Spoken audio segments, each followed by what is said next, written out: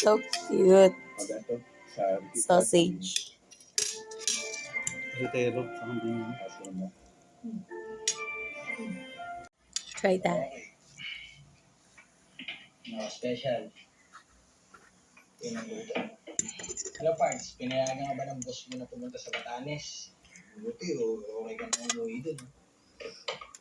Sabi mo kasi, ma, itong si Pards, dito talaga nagpapagpag ng sama ng loob niya. Namet. Lalo na pag tungkol dun sa Namet.